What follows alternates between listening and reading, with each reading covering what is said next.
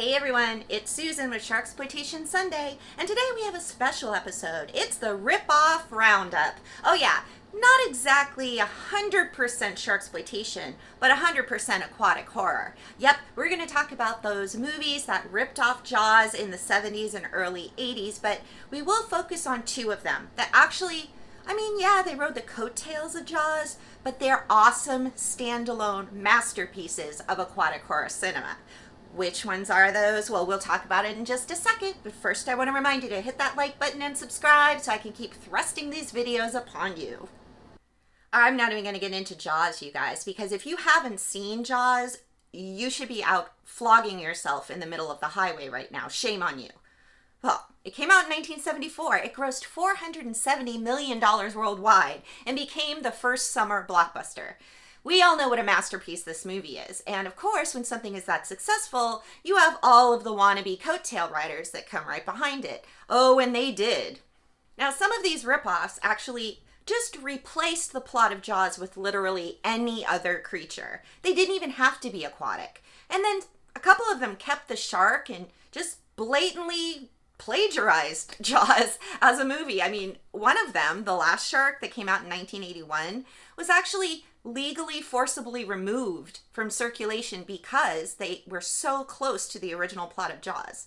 The judge was like, no, dude. Listen, by no means am I telling you not to watch The Last Shark because it is so badly a ripoff that it is hilarious. You have to see it. My God. Another ripoff of note is 1977's Tentacles, which features a cephalopod horror that stalks a community. Now, this one is of note because we have Henry Fonda, Shelley Duvall, and John Huston, which are pretty big actors back in the day. I don't know what was going on with their career that they would star in that. Anyway, it's pretty much a hoot, but again, it just completely rips off Jaws and just replaces it with an octopus. One thing, there are orcas that get involved at the end. That's important as far as this video is concerned, because if you haven't guessed one of the best ripoff movies that I'm going to talk about later, that's a big hint.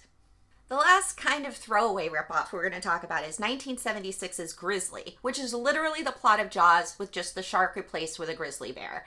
It is, again, it's kind of entertaining to watch, but I did a ripoff contest and I had this criteria for writing my book, Encyclopedia Sharksploitanica, and it just ticked all the boxes and it won. It is the most blatant ripoff of Jaws that I've ever seen. Even trumps The Last Shark, which was in legal trouble for ripping off Jaws. Go figure. Two movies that rode the coattails of Jaws but really could stand on their own as brilliant films, and even to this day they stand up. Let's talk about the first one. I hinted to it earlier with those orcas. Oh yeah, it's 1977's Orca. I have my own personal horror trauma from that movie. I remember watching it when I was a little kid, and it kicks you in the gut. Oh, it starts out with this carefree orca couple just kind of making sweet, sweet love in the moonlight of the sea. Oh, the freedom. Oh, the love. It just yanks your heartstrings and it makes you empathize with those orcas so much. Then what happens next is going to traumatize you even more because of it. A fisherman named Nolan. Yeah. This guy, he is our feature character of the movie. He is trying to capture a great white so he can make some fat bank. And an orca comes out of the blue and just beats the shit out of this great white shark. And Nolan is like, damn, all right, screw the great white shark. He's a pussy. I want one of those. Now, despite a sexy marine scientist telling him, hey, that's not a good idea because those things have big brains and soft hearts. You don't want to mess with the orcas. He decides to do it anyway. Here's the traumatic part, you guys. Here it comes. And I will say I'm going to be showing some pictures, so a little bit of a trigger warning if you're sensitive. Because, yeah. All right. So Nolan ends up capturing the orca couple, the female of the orca couple, strings her up out of the water, and she gives birth to a stillborn calf. Her husband orca is in the water watching this. Ooh, they cut the female down. She's barely alive. She just falls into the water and the husband orca screams. He literally screams. Then the female screams. Then, the peak pinnacle moment is that the male orca's eye fixes on Nolan and like takes a snapshot. Yeah, Nolan is about to get his comeuppance. Then the poor traumatized male orca is pushing his dying mate around in the water and ends up beaching her up on a place where he knows Nolan will find her. He's just kind of like, fuck you. See what you did? I told you this movie was brutal. The orca proceeds to fuck up the entire town. I mean, the town is like ablaze at one point. The orca is also fucking up Nolan's crew and fucking up Nolan's sanity. That sexy marine scientist somehow falls in love with this douchebag, Nolan. Now, I know as a marine scientist myself, you stare at ugly fish all day, any man can start to look good, but come on, this guy is a douchebag. The whale is goading Nolan into a final battle royale. Like, he's like, come on, you and me, mano y mano. Like, we're gonna work this out once and for all. And Nolan tries to play it all cool, but he's really fucking terrified because he knows he's probably gonna end up by that killer whale. So Nolan takes what's left of his crew and they go out to the icy waters of the North Atlantic. Yeah, there's like ice floes and shit. And they have their final battle. The great thing is, though, the whale wins. I mean, come on. Nolan needed a total comeuppance. He killed his wife and kid. I mean, come on. Of the ripoffs, I have to say this one is definitely my favorite. And I'm like, screw the ripoff part. This is just a really, really good aquatic horror movie. The final movie we're going to talk about, another standalone aquatic horror masterpiece, is 1978's Piranha. Now, this one was directed by Joe Dante. Yeah, like that Joe Dante. Gremlins, The Howling. Yeah, this guy is definitely one of the kings of horror, and this is a brilliant, brilliant movie. A young couple go missing because they went skinny dipping in this like fenced off, forbidden, dark, gross water tank that looks like sewage, and then they get violently eaten by things. A private investigator and a local drunk team up to find out what happened, and they poke around the dangerous looking water tank and they find bizarre biological experiments. Okay, let me stop here. This movie is like a straight up terrifying people get eaten by piranhas movie.